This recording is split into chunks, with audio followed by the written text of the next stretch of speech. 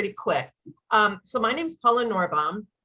I am founder and president of a local firm called Talencio, although we service clients throughout the globe, but primarily all over the United States. And prior to that, I was a CFO or VP of finance for a number of medical device companies.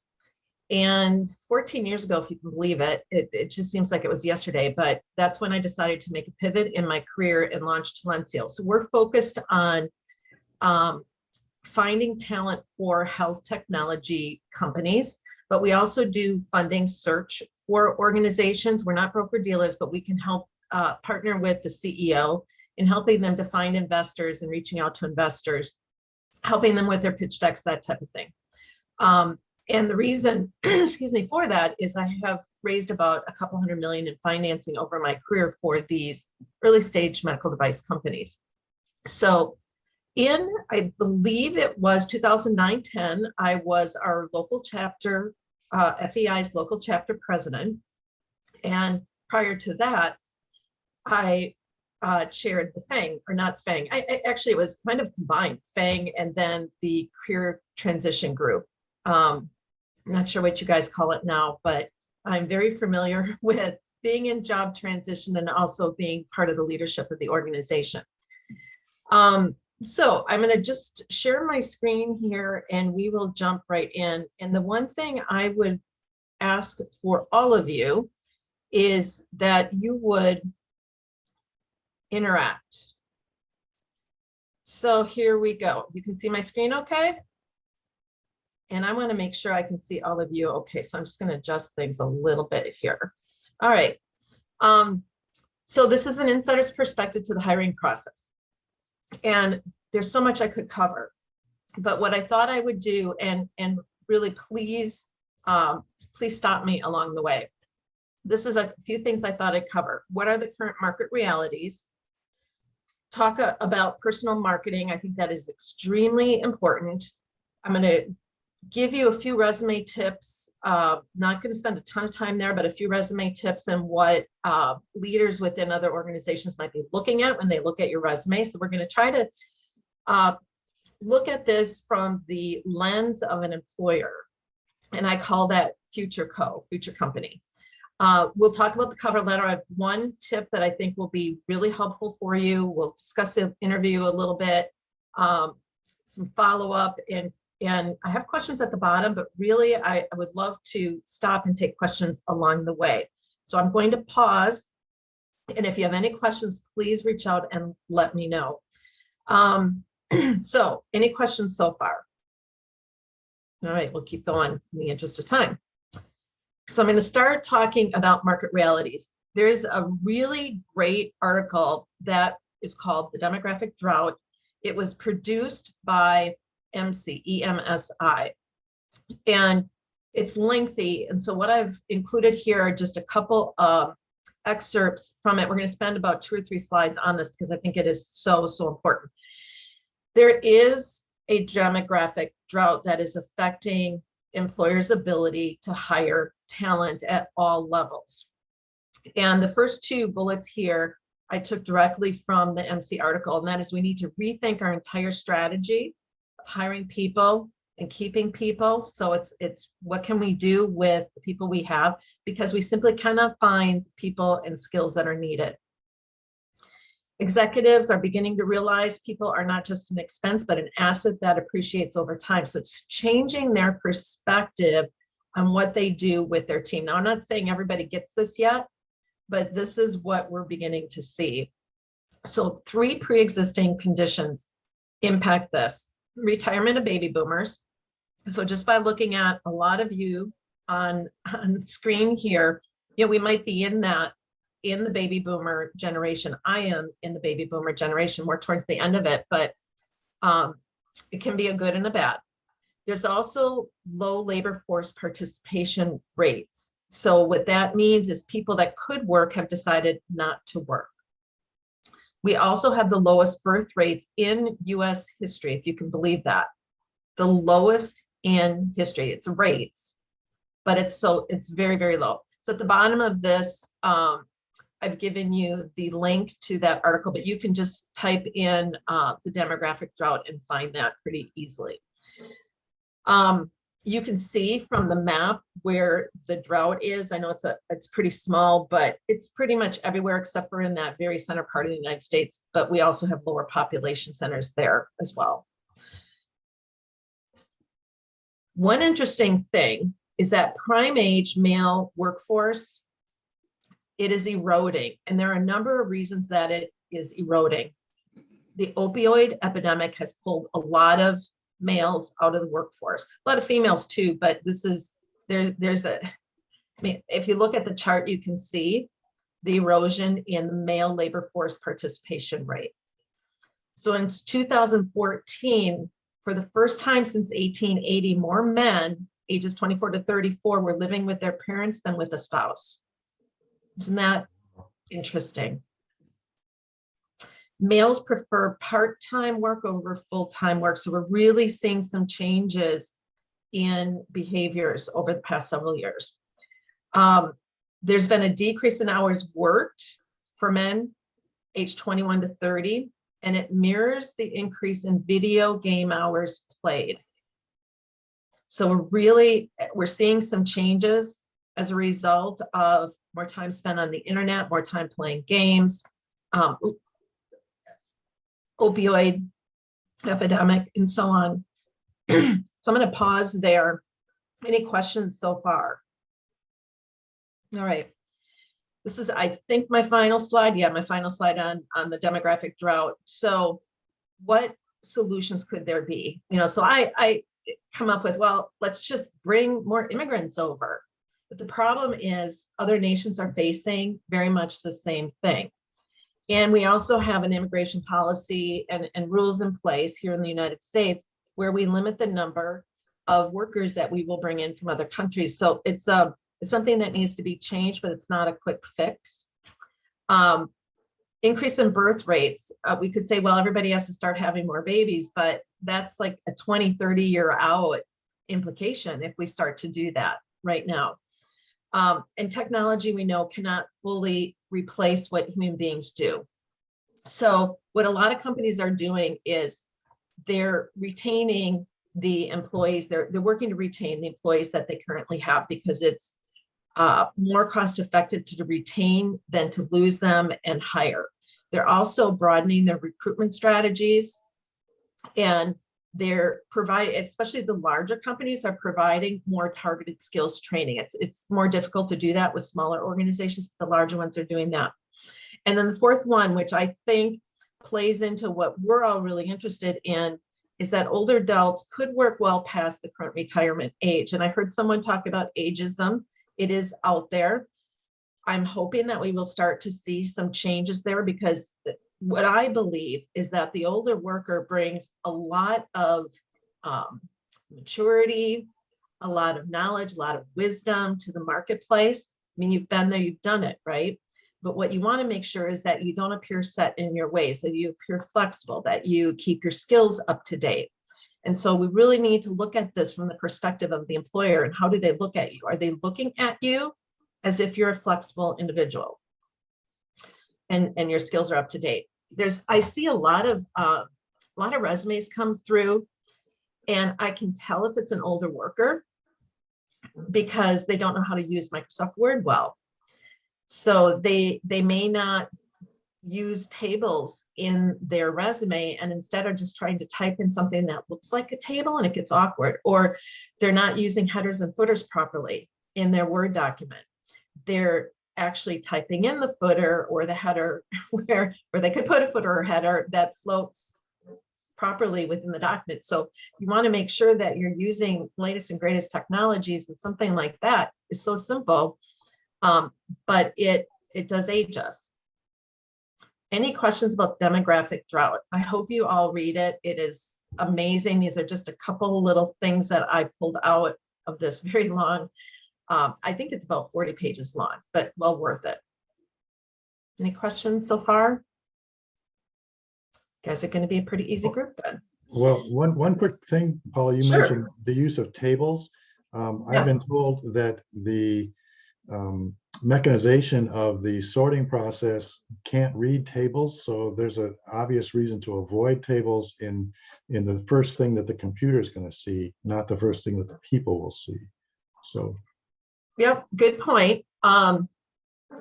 Nowadays, the systems are reading for keywords, and our database will pull that in just fine. It will pull in the PDF document, the Word document, whatever it is, and then when those basically robots do the keyword search, which is what a lot of recruiters will use, it's going to pick up those keywords. We'll talk about that a little bit more, not tables necessarily, but keywords.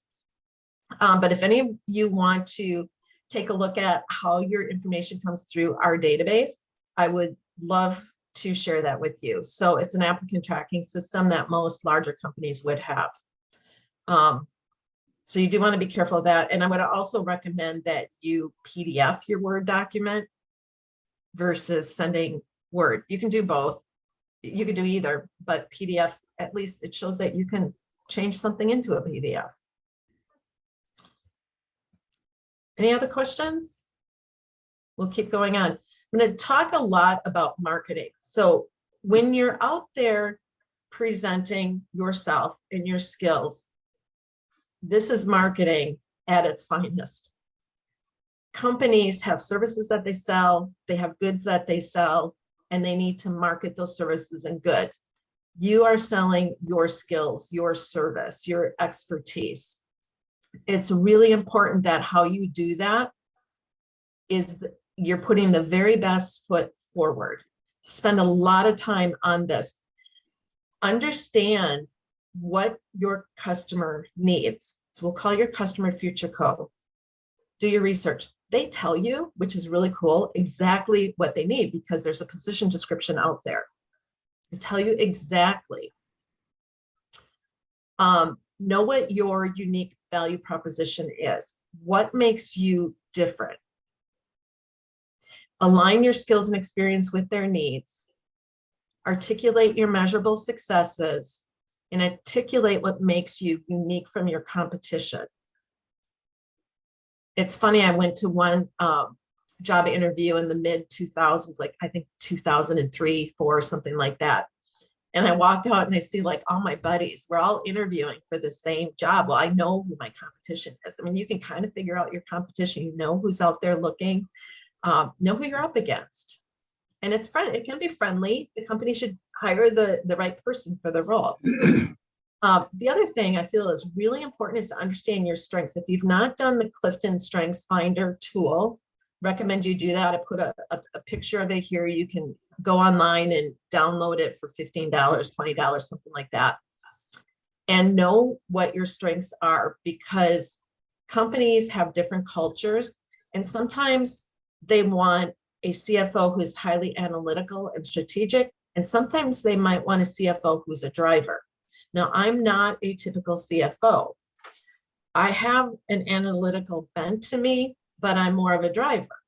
So if a company that's why I was so good for startup organizations or early stage companies, because I could drive us through to where we needed to go in a short period of time. But when you're looking at a huge corporate complex strategy, that's probably not me.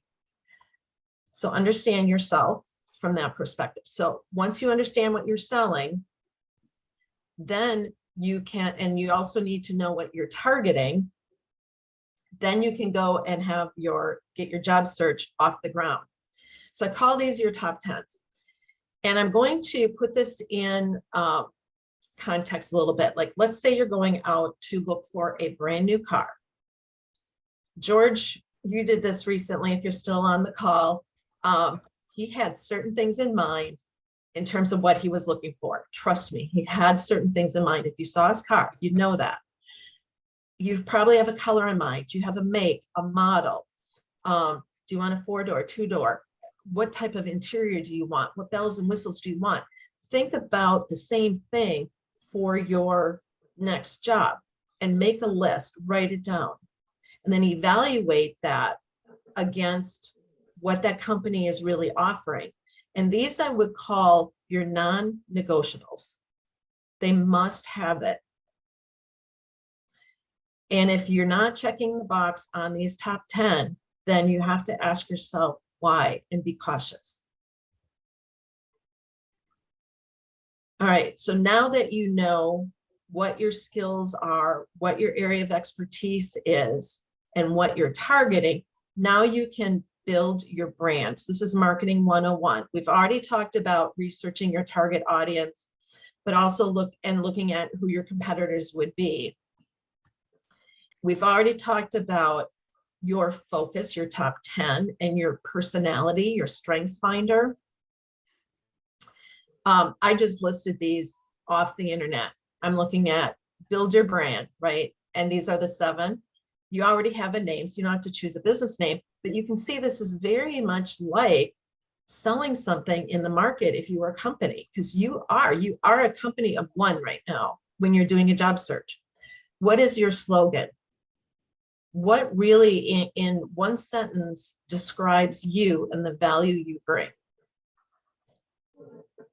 Write it down, include it on your resume, and then you begin to start building that brand. Choose the look of your brand. So I decided early on when I started networking in the early 2000s in a big way that I wanted to be a bright, well-connected, cheery brand. So then when I had the opportunity to create Talencio, you can see our logo at the top of this page. It's bright, it's cheery, it's all about connectedness. So when you show up in social media or on your resume or your cover letter, what does it look like? Does it reflect your brand? For a long time when I was networking, I would wear very bright, so okay, the picture, the Lambeau Field picture, I was wearing a bright pink jacket that is totally Paula's brand. And now with COVID, I've gotten a little muted. So anyway, choose your look. Any questions on that? Brand yourself across media. And that includes, does the background on your LinkedIn profile reflect your brand? Okay, does your resume reflect your brand, the colors? You don't need to be stuck with a black and white resume. So I'm going to pause. Any questions so far on that before we move into a couple other areas? Okay, so resume. What do talent acquisition professionals, executive, and hiring leaders expect? So when you're looking at your resume, that should be the question you have in mind. What do they want to see? This is about them because you're selling to them. They want to know you have the skills, experience, and personality to get the job done. So you need to reflect that somehow in your resume, pretty much in everything you do on social media, on your resume, your cover letter. But keep in mind, what do they want? What are they buying? Also make it easy for the reader. And this is where I love to include summaries, especially at the beginning part of the resume. And I'll show you a couple of examples of those in the next couple of slides. Summarize for them, just like a book would have a table of contents. Summarize your strengths. And I would do these in a couple different sections. Strengths would be like your strengths finder, but not just a list. Add a little bit more color around that. And then areas of expertise, that's that table. So if you're going for a CFO job and you're more focused on treasury, that's going to look different than if you're more focused on non-treasury items. Or if you're focused in more operational type financial activities. Make sure that the font is a readable size. Don't worry about the number of pages. Doesn't matter. I mean, it does. You don't want 10 pages. But you want to make sure that whoever's reading it is probably going to be wearing readers that they can actually read it. And plenty of white space so that it looks pleasing to the eye. Again, this is marketing material. So if you're wondering, how does my resume just look visually, then ask somebody that is in marketing and get their opinion about it. Do a description of your past companies. Put it into context for the reader, because if the reader is reading about, well, I've worked at construction company XYZ, Well, what type of construction company and how big was the company? What was its ownership? And that'll help them to put it into perspective so that they can see you in their organization. They want to know there's a fit and lots of action. You want to put action in a nutshell. So start everything off showing that you are about getting things done and make it brief. Then leverage your resume for the bots. And this is where, this is why I like that summary of strengths, that summary of expertise. It gives you an opportunity to talk about those items one more time. Keywords, one more time. And you want to be really careful about acronyms. Acronyms are okay, then describe it. Say what the, if you use the word FEI, then also spell it out, Financial Executives International. Now you get the word financial in another time, you get the word executive in another time, and you get the word international, which could all be valuable for you. Questions on that? I mean, this is a really quick run through and can even begin to touch all of this in 20 minutes. Right, we'll move on. Not really a question, Sure. but a comment, but I'm going to wait until I see some of the examples that you talked about. So. Okay, we're going to roll into that right now. Larry, you have a question? No, not yet. Okay. I'm just thinking we're all going to these programs on doing all this stuff that might be many hours long, and some of the people presenting those are of our same time space. So I'm questioning whether we have the right teachers out there as well. So yes, I would agree. I've seen not such great work from some of them. So just be cautious and do your homework. This is a start of a resume, and actually this is mine de-identified. Nowadays, you just need like your first last name. Geography is fine. Excuse me. Don't necessarily need to put your street address. It doesn't matter. Obviously, contact information is really, really important. This is the first section that I would lead off with. This is I call this the DNA section. These are things you were born with. This is your strengths finder. So my strengths are achiever, maximizer, responsibility, relator, belief. So achiever. Yes, I get stuff done. Right? I'm action focused and solutions oriented. I come right out and say that. Responsibility, right? I'm leading business transformations and increasing shareholder value. Maximizer. I am, well, that's maximizer, leading business transformations, increasing shareholder value. It's hard to do that unless you can see it, what the future state could be, and then you make it happen. And then my relator, focusing on customer service, integrity, responsiveness. It's really important to me. So you can see how I've taken my strengths finder and turned it into things that really relate to the job that I was looking to get. And that helps the reader to get to know me a little bit more than if I didn't include it, for sure. Then the next section is the areas of expertise. And by the way, you'll notice the color in this resume. I just added some blue. The orange, those are just comments. You wouldn't have those in your resume, but just comments for your own use. This is where you put in those keywords. What I do, it's a table, 1 row, 2 columns, 3 columns, but that enables you to easily hit the enter key and keep your bullets so they're lined up on both columns.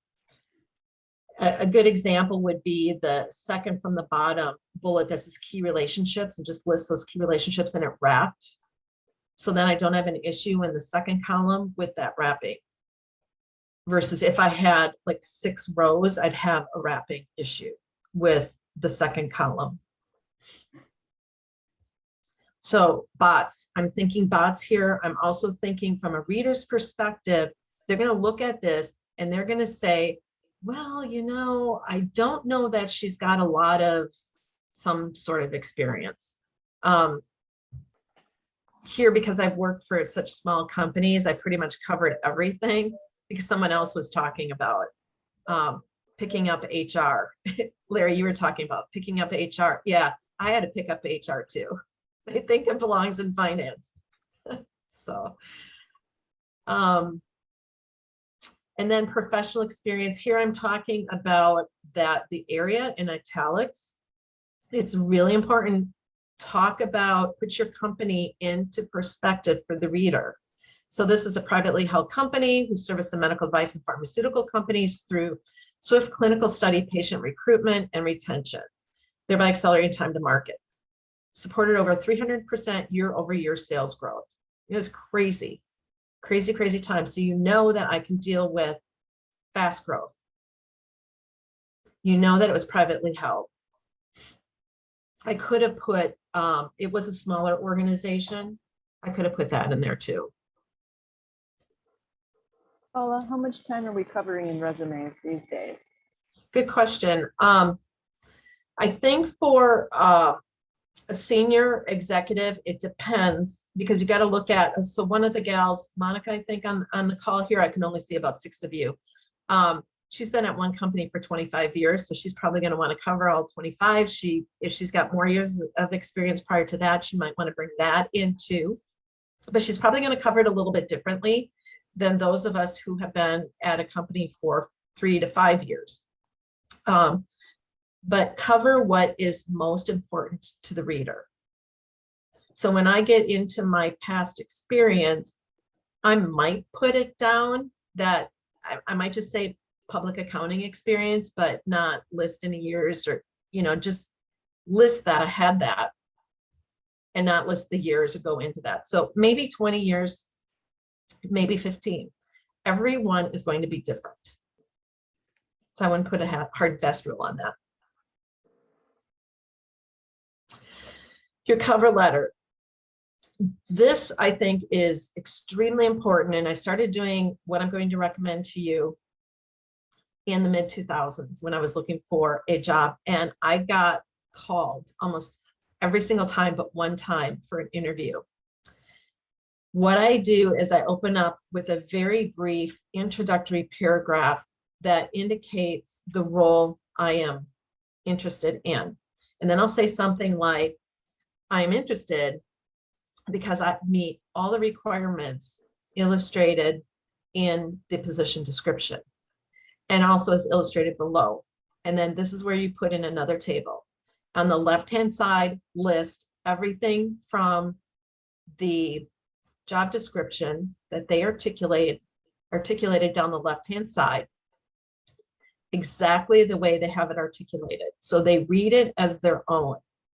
And on the right-hand side, you list exactly how you meet that requirement. So it's not necessarily checking the box, you're using an example. So, and I'll show you, actually, I don't have an example of this. I'm sorry, I had to trim some things out. But what you're going to do is if they say they need somebody that has prepared financial statements, you're going to show how, or maybe public company financial statements, or you've done an S1 filing with the SEC. Then you're going to state, I did an S1 filing with the SEC for a public offering when I was with Restore Medical in 2006. And we successfully raised 40 million in financing, whatever, something like that. It's a specific example that shows that you align with what they're looking for. Now, why is that important? This also goes into their applicant tracking system. You're using their words exactly, you're using your words, and think about how many hits you're going to get on that keyword, way more than anybody else, because no one else is going to take the time to do this. So if you're really serious about the job, this is going to be impactful. Now you're also doing the work of what the HR department needs to do. Can you imagine these people with a job and they've got lots and lots of jobs they're trying to fill? Now, obviously a CFO is going to be a highly important job, and it might not be an internal person. It might be a retained search firm looking at this, but now you've done the work for them. They're sitting with their resume, they're sitting with the position description. If you don't do the work for them, they got to hunt and peck through your resume, to find if you have what they need. Now you do the work for them. That's customer service in spades. So really, really great, because that's marketing 101. You're giving them exactly what they asked for. And also, if there's any doubt that you cannot do something that they're asking for, you can address it right there in this cover letter. I can imagine some of you are thinking, wow, my cover letter is going to be really long. Yes, it is going to be really long, and it doesn't matter, because you clearly are indicating what you're doing in the cover letter. And then at the end, you're going to close with an action item and a thank you. So I'm really excited about this opportunity to partner with you as your next blah, blah, blah, and bring the value that I can, the value and expertise to bring your organization to the next level, to meet your organization's future goals, to whatever, right? And keep the robots in mind. That's what this is all about. Now, when you do that, I call it a T-chart. When you do that, the really cool thing about it is you're now ready for the interview. You get called for the interview, and guess what they're going to ask you? They're going to ask you questions about everything that's on that position description. You'll be able to answer it all. I'm going to pause because this is probably one of the more innovative things that I feel strongly about, and maybe you haven't heard it before, and see if you have any questions. Yes, thank you, Paula. Question for you. This is interesting. I was on another forum with two hiring professionals in the Twin Cities, and they discouraged cover letters. They said they don't even have time to even look at them. So don't even bother sending them. So this is an interesting approach on this. What are your thoughts on that? Are they dealing with financial executives? I think that they were dealing with just a broad selection of whether it was, financial or marketing or COOs, Yes. but it was, it wasn't just specifically for financial. Yep. I would agree with you if it's a standard, or with them, if it's a standard cover letter, it's just blah, blah, blah, blah. It's paragraph after paragraph of junk, pretty much. It's just too hard to read. Executives don't have that much time to read through it all. But if you give me a table with bulleted things that are required and just brief explanations of how you align with what's required, I would read that. When I see that it's what I'm asking for and that you align perfectly with what I'm asking for, I'm really interested. And also, a lot of them don't read it because it ends up in the database. And that's okay if they don't read it. It still is in the database, and you've got all the keywords in spades. As a real quick here, as an executive recruiter, executive search, we do retain search as well. That is so helpful for our internal talent acquisition team. It is unbelievable. Really, really helpful. Roseanne? I was going to ask, does it help to PDF the cover letter and the resume together so that they can't help but see it? Yes, you can do it, but if things are being picked up by a bot, it's going to end up in the database anyway. But I would definitely think about putting them together. Mm-hmm. Paula, one other question. Yep. With respect to the bots, is there a generic and a specific keywords that you have to be including into the material that you send in? Yes, all the keywords they're using in the position description. Okay.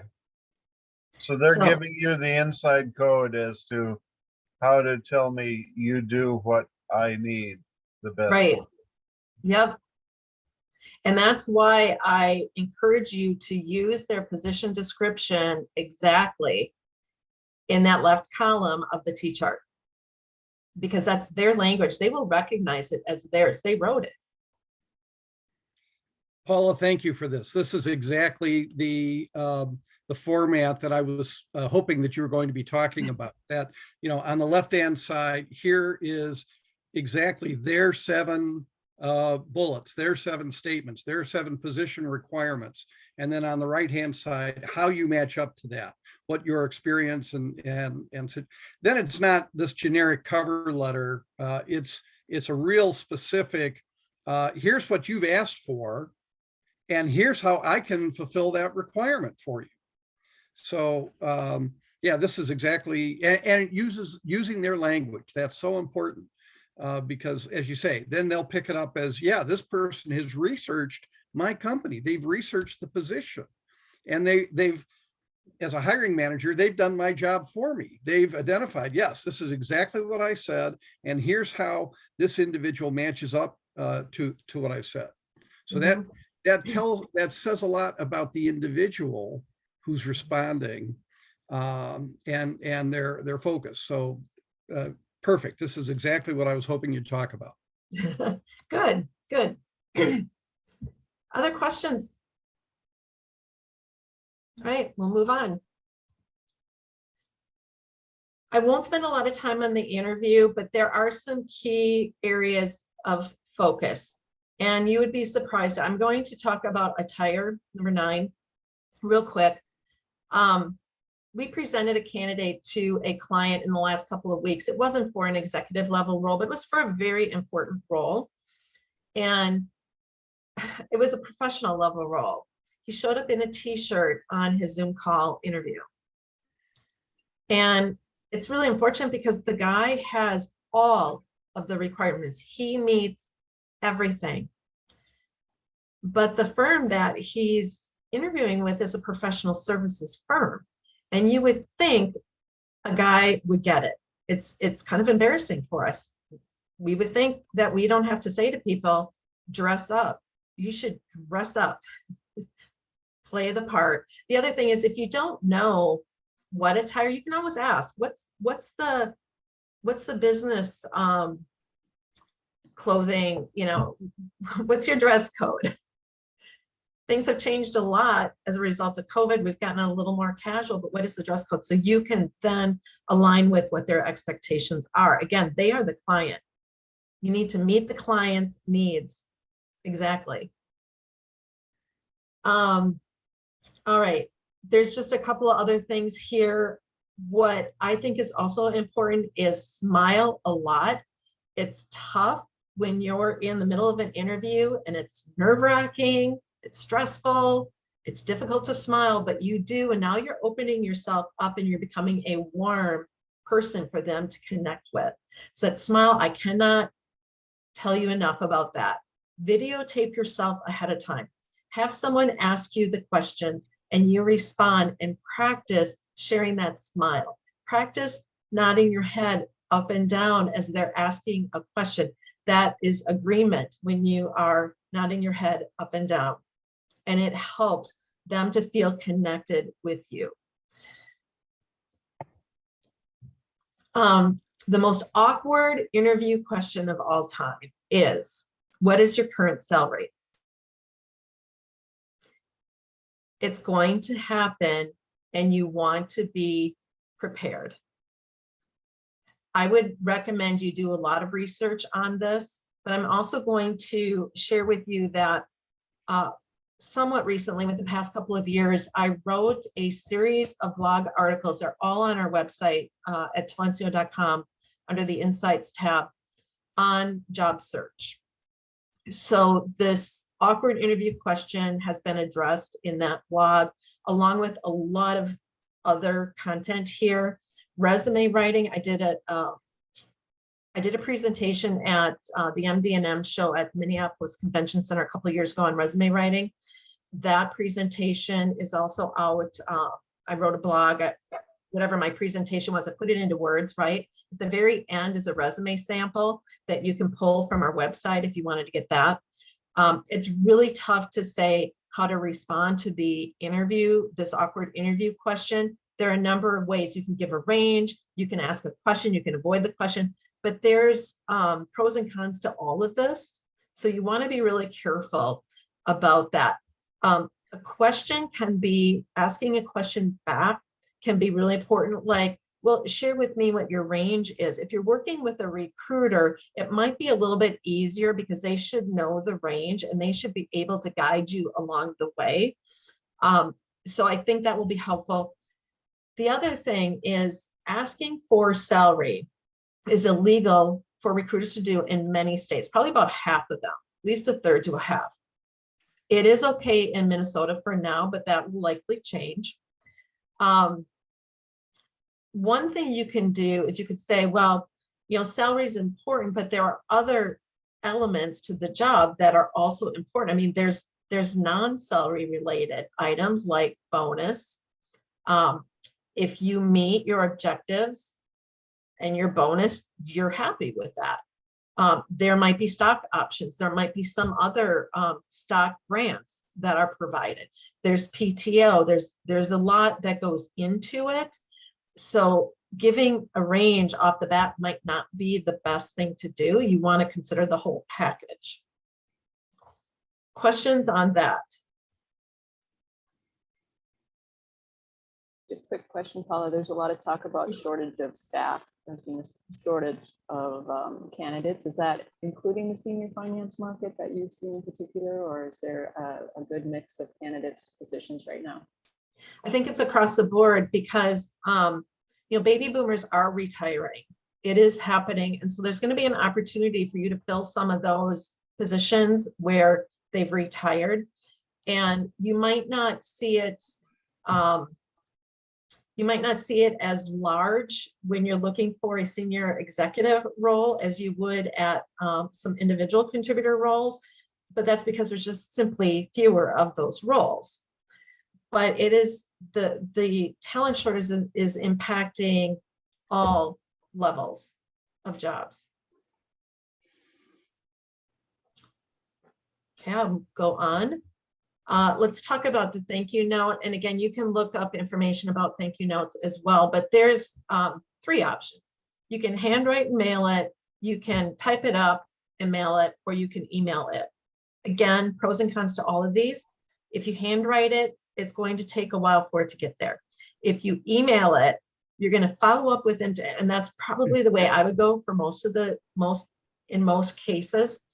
You're going to handwrite it, or not handwrite it, email it and send it off within 24 hours. Guess what? That's going to end up in your file and the bots can read it. So it's another option or another opportunity for you to articulate something that maybe you forgot to bring up in the interview. Or you might have, the interviewer might have said, well, we have this problem. We're really looking for somebody to solve this problem. Again, that's an opportunity for you to sell your services. So do that in the thank you note. One job I had interviewed 4 years ago was talking about the need for a waterfall analysis. And at the time I didn't know what that was. So I researched it and I gave them some follow-up information about a waterfall analysis. I don't know if my competitors did, but at the end of the day, I got the job because I knew how to research it and then provide some feedback for them, some useful information that they could take forward, whether I was a candidate or not. Okay, so I'm winding down here because this is the thank you part. Have I addressed your concerns, your questions? There's one, I think Monica made me think of this, company size. If you're looking at moving from a really large company to a really small company, that's going to be tricky. And here's why. And you're going to have to prove to that smaller company that you can do it. A lot of recruiters are going to look at that and say, you're coming from a large company, you're used to having a lot of administrative and operational help. I don't see you stepping into this role where you have to do everything pretty much on your own and you don't have that support network around you. So you're going to have to address what they're not saying in the position description. Does that make sense? Perceive what their questions might be and then address that. And it goes the other way if you're going from a small company to a large company. And the one time that I didn't get a call for an interview, when I was getting calls for most of the other applications I was putting in, was because I was really reaching high with a much larger organization. And I believe I did not share how I could truly satisfy that need that they had within that larger organization.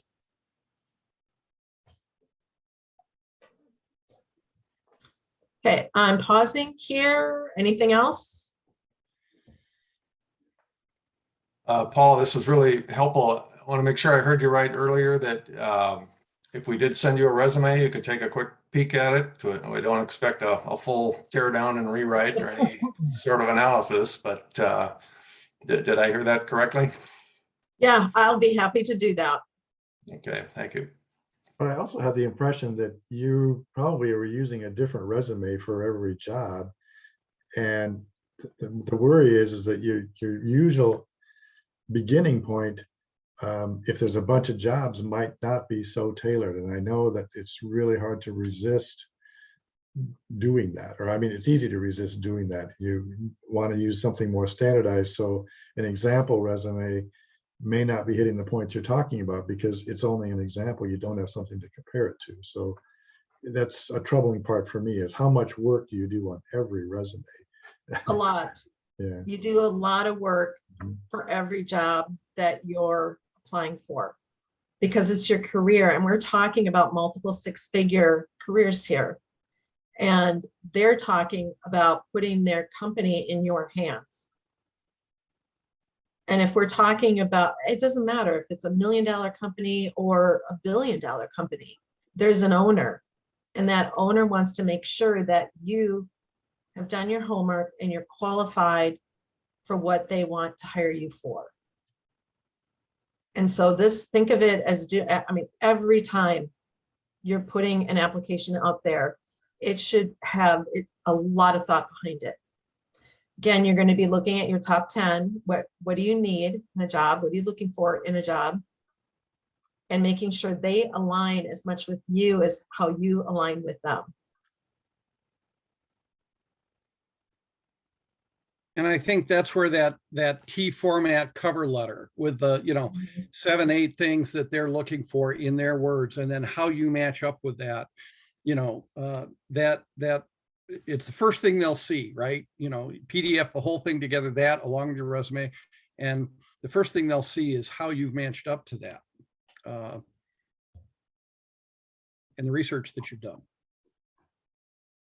I have a thought too, is sometimes to get to those keywords, there are free word cloud applications, and you can cut and paste your job description in there and then your resume. That might be a way to get kind of that high level look at that. Mm-hmm. See if they align. Yep. We see what's coming up. Yeah. Mm-hmm. Here's an example. Let's see if I can pull this on. Can you see this? Yes. Yes. This is an example of a T-chart that a candidate prepared for us. Paul, This it went back to your question slide. Can you go back to the resume? We had it, Or we the- lost it. Okay, let me try this differently. There I it think is. this, Oh, there it is. There it is. oh, really? You're seeing that? Okay, interesting. Oh, I know, because I'm on a different screen. I'm looking at the screen, I'm just IT challenged right now. Sorry about that. Okay, so this is, I believe, 10 pages long. And let me just do this view one page here and get the size of this up. So this is not for a financial person, but this is for a senior level VP level person. It establishes and implements regulatory plans and the regulatory affairs strategies. And now she goes on to talk about what she's done. And here, the goal, this is kind of like that STAR model, right? What was the problem? And how did she fix it? And look at that. I mean, this is not short. Here's another one, monitor changes in regulations. And she gives, I initiated an outreach program and follow-up to key targeted ministries of health well, here's a mistake. But we are supposed to be going through these before we send them off to the client. And we missed that one, but assures regulatory resources are provided in planning and execution of strategic initiatives. So now she talks about how she worked with Johns Hopkins Oncology Division. Very specific. An interesting thing on this, I'm going to go all the way to the last page here. Hopefully you guys don't get dizzy from reading this. Is there anything else you would like for us to know which supports your qualifications and the candidacy for this position? Now you could label that other items to consider in regard to my candidacy. And then she documented even more than what they had asked for. So something to consider. And I just want you to get a feel for how lengthy this can be, but also how this woman got the job. And it was at a large company. It's actually at National Marrow Donor Program, or Be the Match. So very well done. So hopefully that helps you to see in reality what a good one looks like. Wow. That's a lot more robust than I would have thought. That's pretty cool. Yeah, it really is. So I'm going to stop sharing here. And yeah, any other questions? Well, thank you very much, Paula.